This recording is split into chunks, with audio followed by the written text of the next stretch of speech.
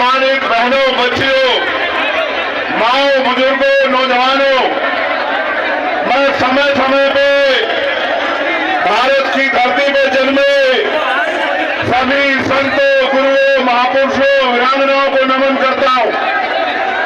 और आज संविधान बचाओ यात्रा जो महामानव तथागत बुद्ध की धरती से शुरू हुई और आज जालोर जो सामंतवाद का गढ़ है, यहां यात्रा पहुंच चुकी है। यहां उपस्थिति जनसमूह को मेरी तरफ से जय भीम, जय भीम, जय भीम। आपका प्यार, आपकी हिम्मत एक लड़ने की बहुत मजबूत ताकत देती है। और आप ये जानते हैं कि समय समय पे मैं जालोर, जोधपुर, उदयपुर, पाली आता रहता हूं, लेकिन इस बार जो आने का मुख्य कारण है वो आप लोगों को तैयार करने के लिए है कि आप लोग तैयारी कर लो और जितनी आप मन बना लोगे, तैयारी कर लोगे। मैं जिम्मेदारी के साथ कहता हूं कि आपकी एक तैयारी आपके हर एक घर में चंद्रशेखर आजाद पैदा कर देगी। मेरी बात को याद रखना। भारत 15 अगस्त 1947 को आजाद हुआ,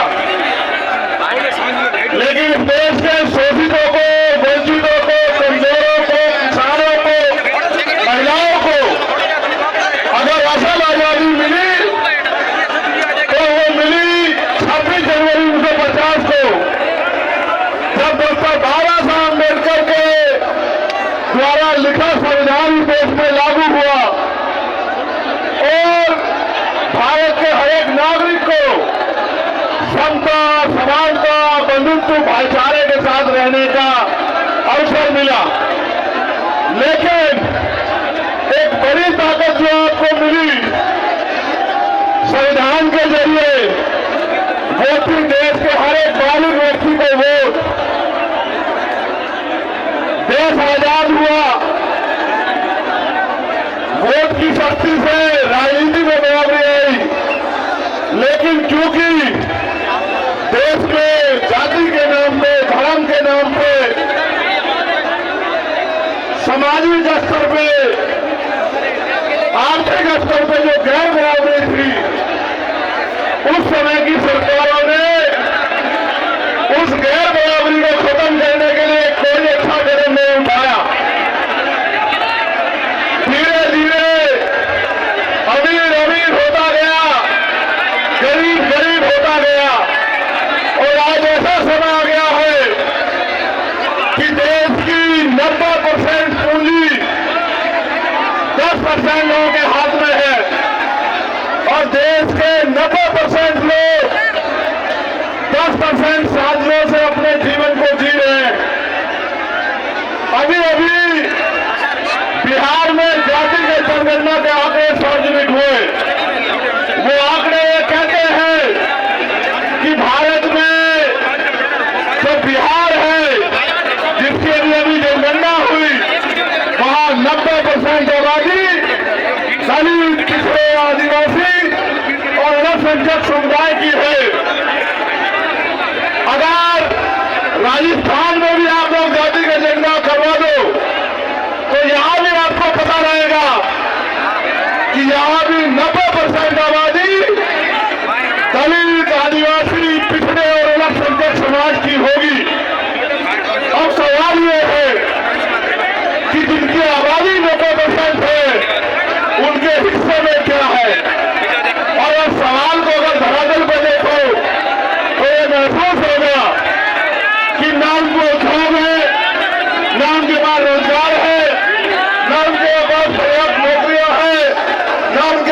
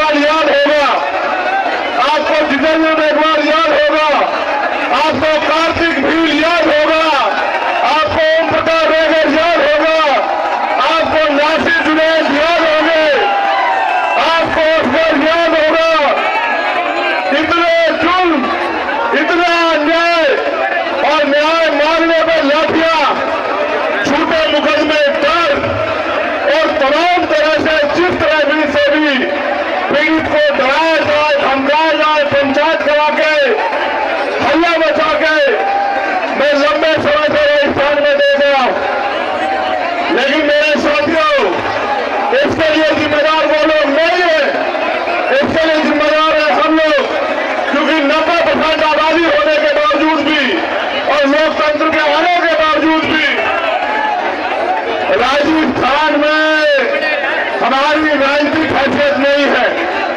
अगर राजस्थान में हम लोग अपनी राजनीतिक हैसियत बना ले तो ना तो हमें अच्छी पढ़ाई के लिए किसी के आगे हाथ बढ़ाना पड़ेगा, न रोजगार के लिए किसी के आगे हाथ बढ़ाना पड़ेगा, न अपने बच्चों के लिए बड़े बड़े हॉस्टल बनाने के लिए हाथ बढ़ाना पड़ेगा, न हॉस्टल में सुविधा देने के लिए हाथ बढ़ाना पड़ेगा, न बहन बेटियों की शादी करने के लिए अपनी जमीन गिरवी रखनी पड़ेगी, उधार लेना पड़ेगा, न ही बीमार होने पर इलाज के लिए हमें किसी की तरफ बेबस लाचार निगाहों से देखना पड़ेगा। अगर आप अपनी वोट को जिम्मेदारी से ये तय करके कि अब आप गुलामी नहीं सहना चाहते, अब सामंतवाद की जड़ें काट के सबका समानता बंधुत्व भाईचारे में स्थापित राज आप लोग लाना चाहते हो, तो मैं पूरी जिम्मेदारी से बात करता हूं कि धरती पे जो आने वाला समय है वो सुनहरा होगा, सुनहरा मेरा वादा है आप लोगों से। इसलिए मैं आपसे अपील करने के लिए आया हूं, अगर आप चाहते हो कि फिर किसी जितेंद्र के साथ, इंद्र के साथ, कार्तिक भील के साथ, ओम प्रकाश रावल के साथ अन्याय ना हो, तो आप अपने पैरों पर खड़े होने के लिए तैयार हो जाओ। जिस तरह से आज हजारों की संख्या में, मैं हजार नहीं कहूंगा, यहाँ की ताकत देख के लग रहा है कि लाखों की संख्या में जिस तरह पे आए हैं, अगर आप अपनी वोट को संगठित होकर आजाद समाज पार्टी को दो, तो मैं गारंटी से कहता हूं कि किसी सामंतवादी में इतनी हिम्मत नहीं बचेगी कि वो हमारी बहन बेटियों की तरफ आंख उठा के देख ले, वो हमारे बच्चों की तरफ आंख उठा के देख ले। ये कोई मुश्किल काम नहीं है मेरे लोगों, ये बहुत आसान काम है। आसान इसलिए है कि पहले जब राजतंत्र था तो तलवारें चलती थी, भाले चलते थे, हाथी घोड़ों पे युद्ध होता था। आज लोकतंत्र में सिर्फ ईवीएम का बटन दबाना है। अगर आप अपने अंगूठे को तैयार कर दो और अपने साथियों को भी कह दो कि अंगूठा मजबूत कर लो, पहले सामंतवादी ये अंगूठा आपकी जमीन लूटने के लिए लगवाया करते थे, आज ये अंगूठा आपकी तकदीर बदलने के लिए लगेगा। अगर आपने फैसला लिया तो मैं जिम्मेदारी से कहता हूं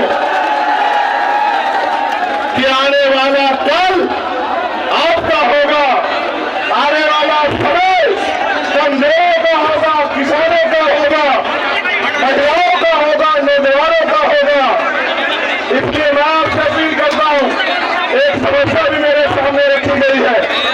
मुझे बताया गया है कि इस क्षेत्र में पानी की बड़ी कमी है।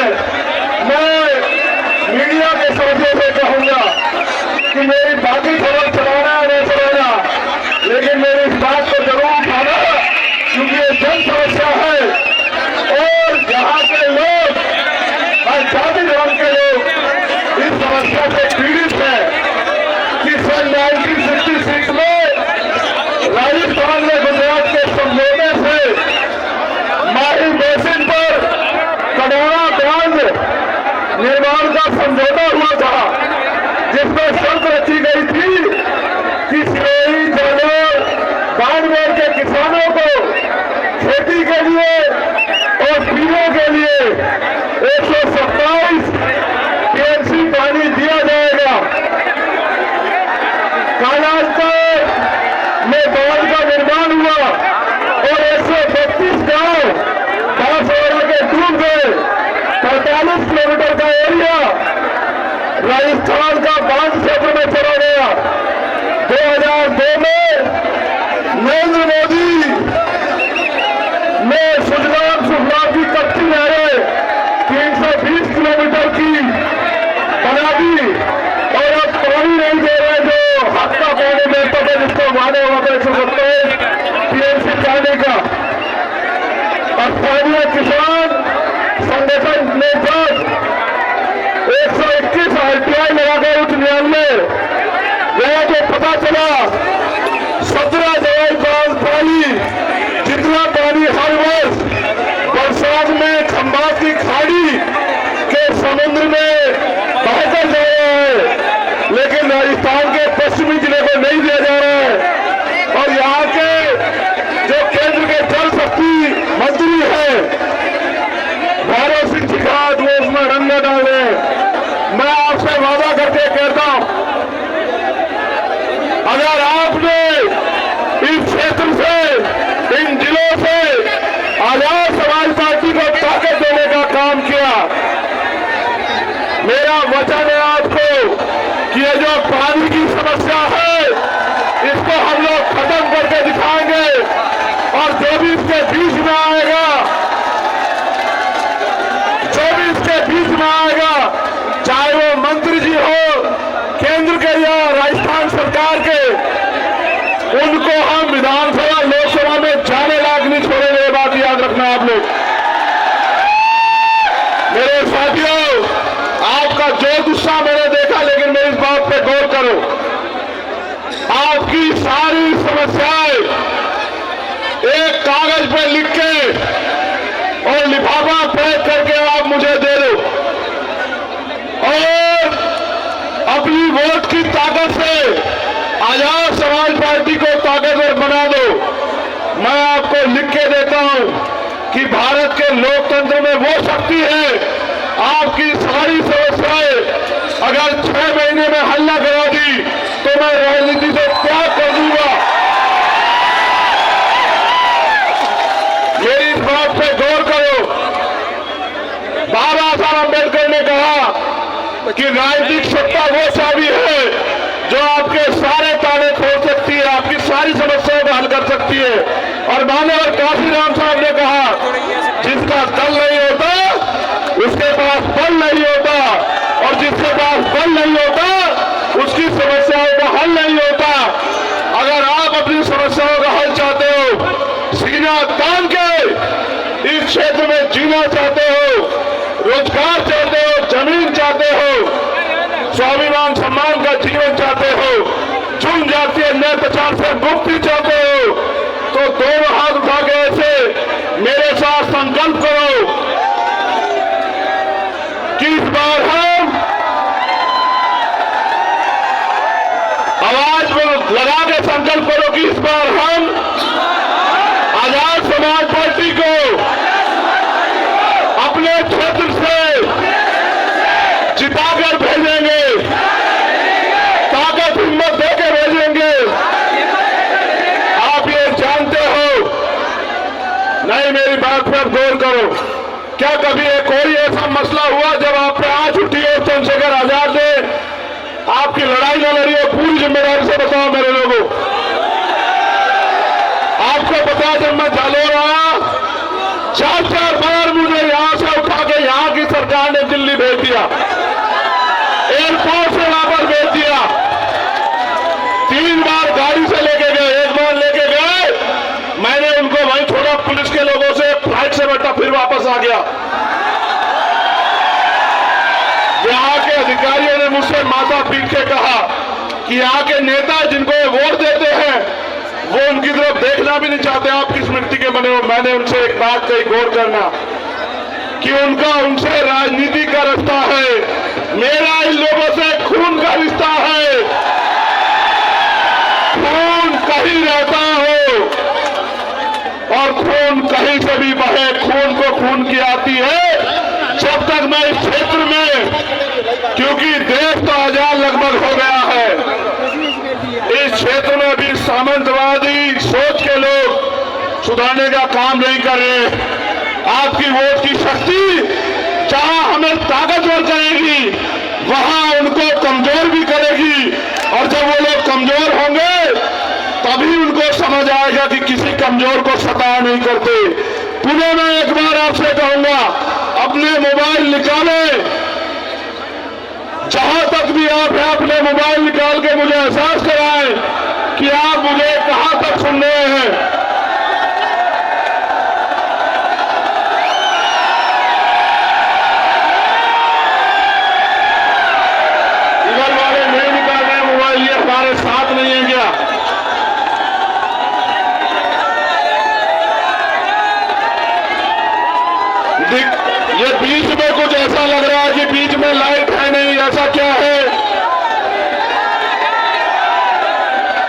मैं आज के कार्यक्रम के लिए, सबसे मजबूत कार्यक्रम के लिए जालोर की भीम आर्मी, आजाद समाज पार्टी की पूरी टीम को, एक एक कार्यकर्ताओं को बधाई देता हूं। और मुझे विश्वास है कि ये जो रोशनी आज यहाँ जालोर से चली है, इसकी खबर कुछ ही घंटों में जयपुर में बैठे मुख्यमंत्री में भी जाएगी और उसके कुछ ही देर बाद दिल्ली में बैठे प्राइम मिनिस्टर में भी जाएगी। मैं ये वादा नहीं करना चाहता था, लेकिन कह रहा हूं, एक लाइट वहां जल रही है, देखो ऊंचाई पे, वो देखो वहां।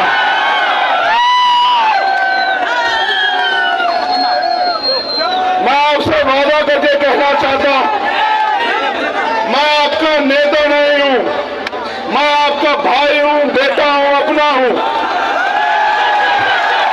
मेरा आपसे चुनावी रिश्ता नहीं है। चुनाव 2 महीने में खत्म हो जाएगा। मैं वचन दे के कहता हूं, जब तक मेरे लहू में, मेरे शरीर में लहू का आखिरी कतरा रहेगा, चंद्रशेखर आपके लिए था, आपके लिए है और आपके लिए रहेगा। इस बात को याद रखना। अभी तो मेरे हाथों में कलम की ताकत नहीं है मेरे लोगों। जिस दिन कलम की ताकत मेरे हाथ में होगी, उस दिन देखना आपकी तरफ उठने वाली हर एक को, हर आंख को आपके सम्मान में झुकना पड़ेगा। मेरा वादा है आप लोगों से। अगर आपने विधानसभा चुनाव में मेरी हिम्मत बढ़ाई, तो लोकसभा चुनाव में मैं आपके बीच रहूंगा। मेरा आपसे वादा है, इस बात को आप याद रखना। पूरी हिम्मत ताकत से रहूंगा। पुनः आप सबको बहुत बहुत बधाई। और मेरे